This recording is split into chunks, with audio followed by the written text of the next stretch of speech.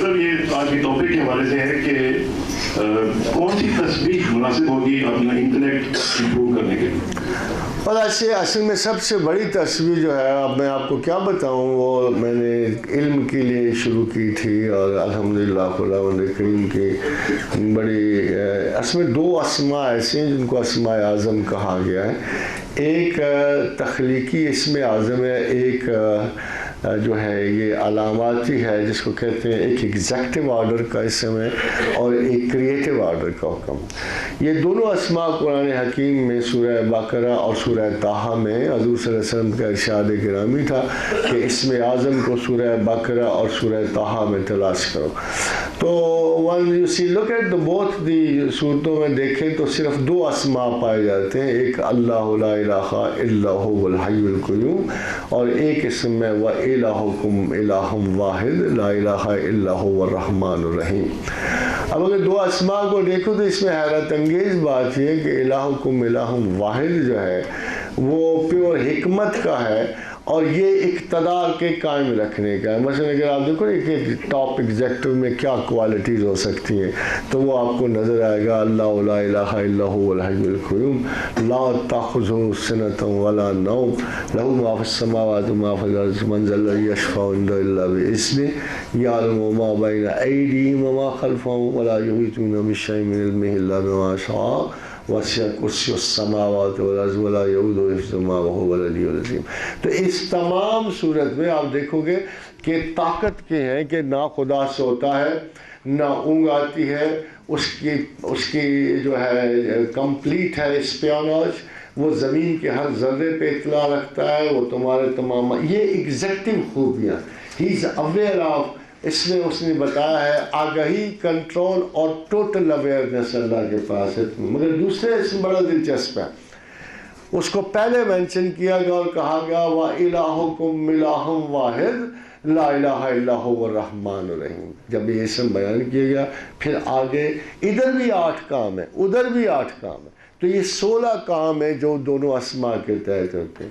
فرمایا ان فی خلق السماوات والارض واختلاف اللیل والنہار والفلک التی تجری فی البحر بما ينفع الناس وما انزل اللہ من السماء من ماء فاحیا به الارض بعد موتها وبث فیہا من کل دابۃ وتصریف الرياح والسحاب المسخر بین السماء والارض لآیات لقوم یعقلون.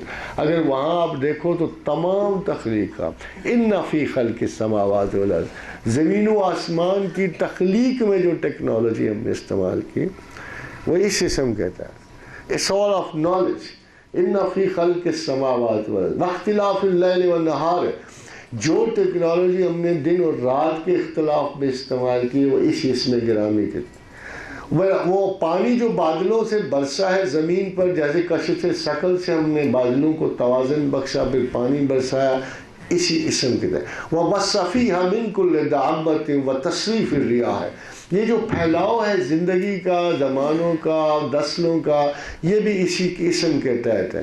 وَتَصْرِيفِ الرِّيَاحِ، اور جی ہوائیں جو مسخر کی ہیں ہم نے، تصرف دیا ہے تم کو ہواؤں پر، یہ بھی اسی وجہ سے ہے. والسحاب المسخر بین السماء والارض لآیات لقوم یعقلون، اور آج یہ بادلوں کو مسخر کیا بین السماء والارض، یہ بھی اسی اسم کی وجہ سے ہے، اور آخر میں خطاب بھی عقل والوں کو کیا.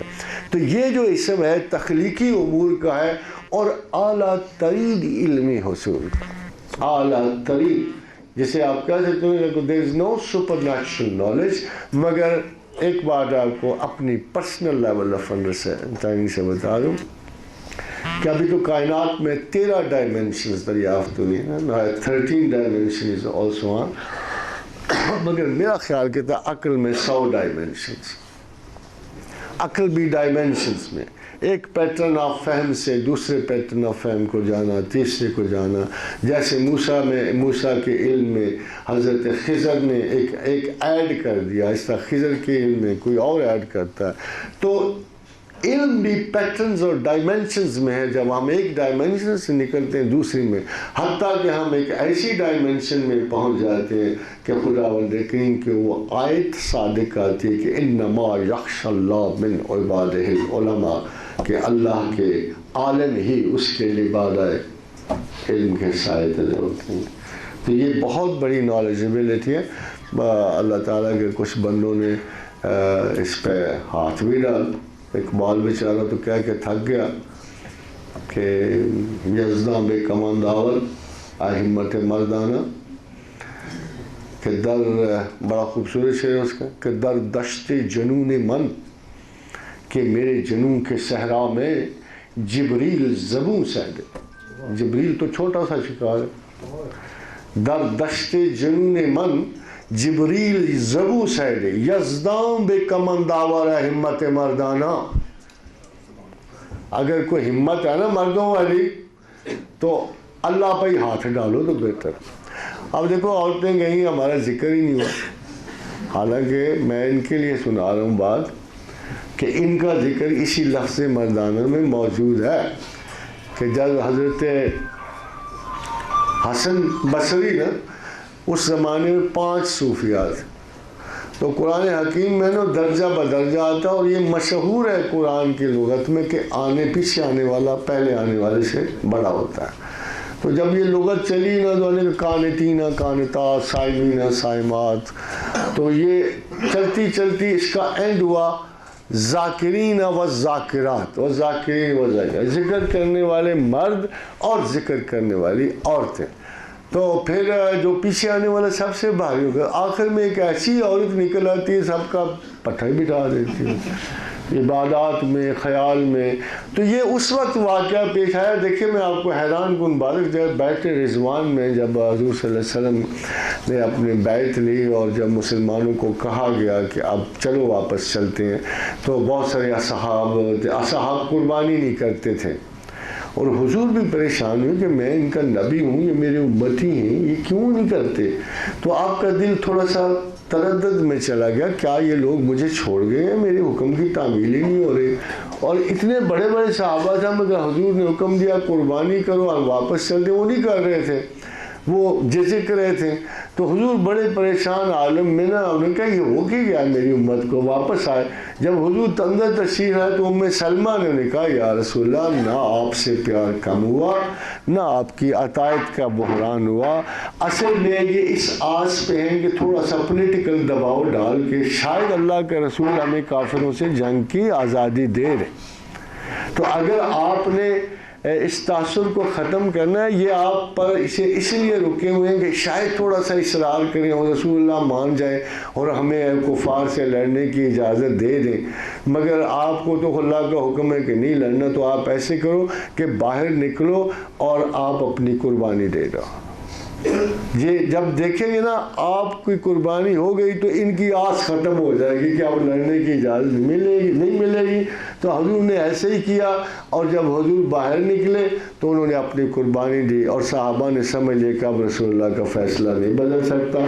پریشر ٹیکنیکس ختم ہو گئی، پھر سب نے ہی قربانیاں دی. تو وہ میں سمجھتا ہوں کہ اتنے سارے 3000 صحابہ اور خود حضور اکرم صلی اللہ علیہ وسلم وہاں موجود، اور دیکھیے کہ ان تمام صحابہ میں سے اللہ نے فضیلت ام سلمہ کو دے دی. حضرت ام سلمہ کو ایک دعا بھی رسول اللہ صلی اللہ علیہ وسلم نے عجیب و غریب بتائی کہ اس میں حضرت کو بڑا غصہ بھی آتا تھا ام المومنین کو. تو فرمایا اللہم رب النبی محمد نغفر لی ذنبی واذھب غیظ قلبی واجرنی من مضلات الفتن ما احییتنا.